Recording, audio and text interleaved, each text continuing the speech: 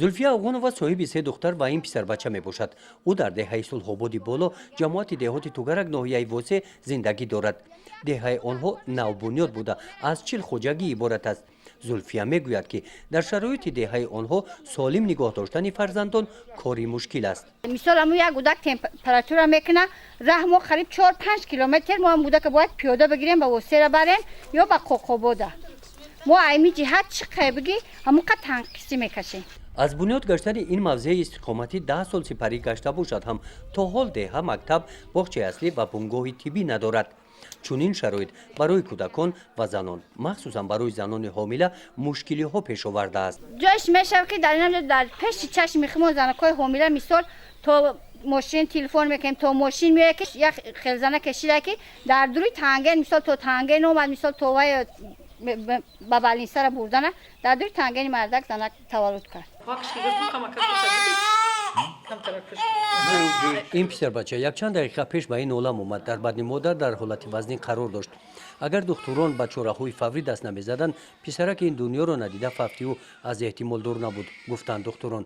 танҳо баъди ҷарроҳии писаракро аз батни модар сиҳату саломат гирифтанд. ин бемор бо ташхиси камхунии вазнини миёна ба мо ворид шуда қариб як ҳафта шуд дар мо табобат мегирифт. имшаб даргирӣ сар шуд. мо оризаи ноҷории изи ҷарроҳӣ дар бачадон беморро ба ҷарроҳӣ гирифтем. сабабаш ноҷории изи ҷарроҳӣ 1 сол 10 моҳ пеш ҷарроҳӣ занон доштаги буд. мо ба ҳамин сабабиро ҷарроҳӣ кардем. барои ки фосилаи байни таваллудш бисёр камай. фосилаи байни ҷарроҳиш пешина таваллуд бо ҷарроҳӣ ба тамом расидаштагӣ. дар шӯъбаи таваллудхонаи беморхонаи марказии ноҳияи восе чунин ҳолат қариб ки ҳамарӯза рух медиҳад. сабаби ин риоя нагардидани танзими оила қоидаҳои репродуктивӣ аз ҷониби модарон мебошад. ин вазъият табибонро ба ташвиш овардааст. мешавад ҳамин хел ҳолатҳо тез ба мо рӯй медиҳад. як занҳо чихеланд якта таваллуд мекунанд бо мехоҳанд ки димша таваллуд кунанд. танзими оила солимии репродуктивӣ риоя намудани он яке аз мавзӯъҳои муҳимрӯз гаштааст, мегӯянд духтурон. тибқи маълумоти духтурони шӯъбаи таваллудхона мутаассифона аксарияти занон давраи репродуктивии таваллудро риоя намекунанд.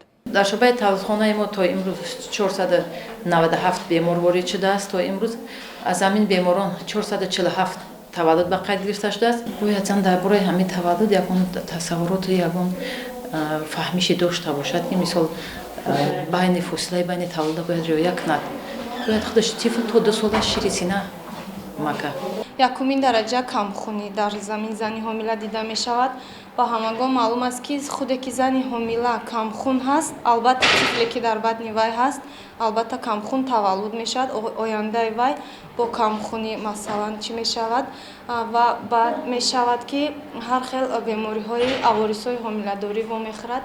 ин хай худи организм ки суст ки ҳаст дигар намуди бемориҳо пайдо мешавад. преэкламсия, экламсия, бале дарди сар дар занҳо мушоҳида мешаванд.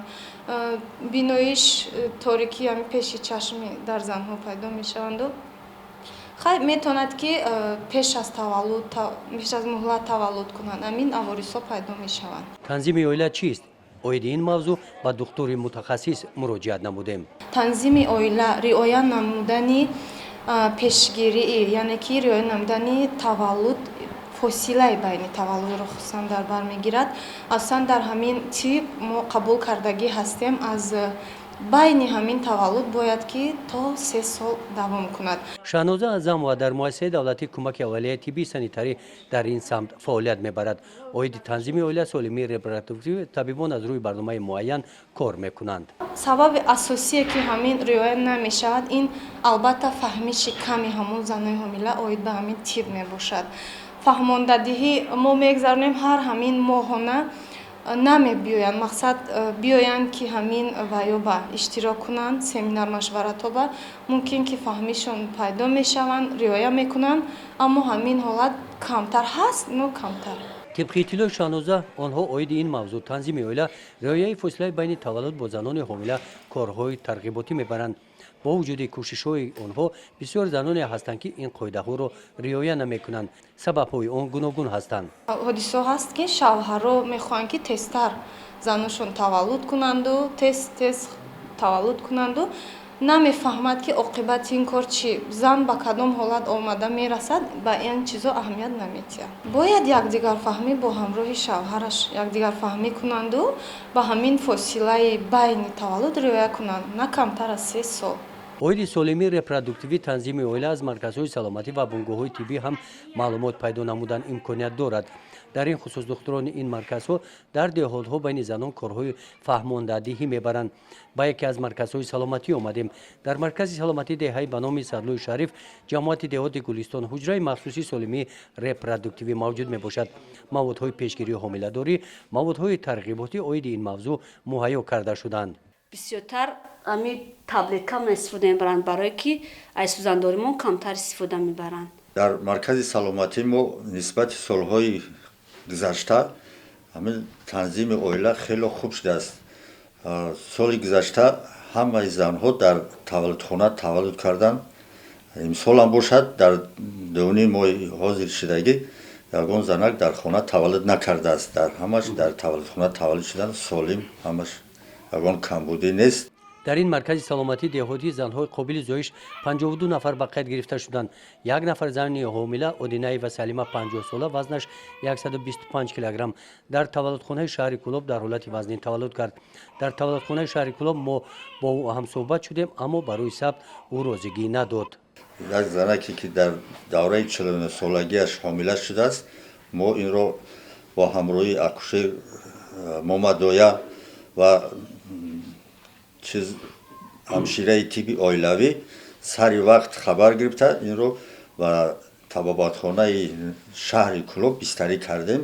ҳозир зани ҳомила кӯдак таваллуд кардааст, солим. баъзеҳоро ҳамсуҳбат мешавад, мегӯяд ман хитар кардам як чорта як бача кунам, амира баҳона карда ба ҳамиро мешавад ҳолатое ки фарзанди нормаи аз муқаррари ҳозири танзим зиёд таваллуд мекунад.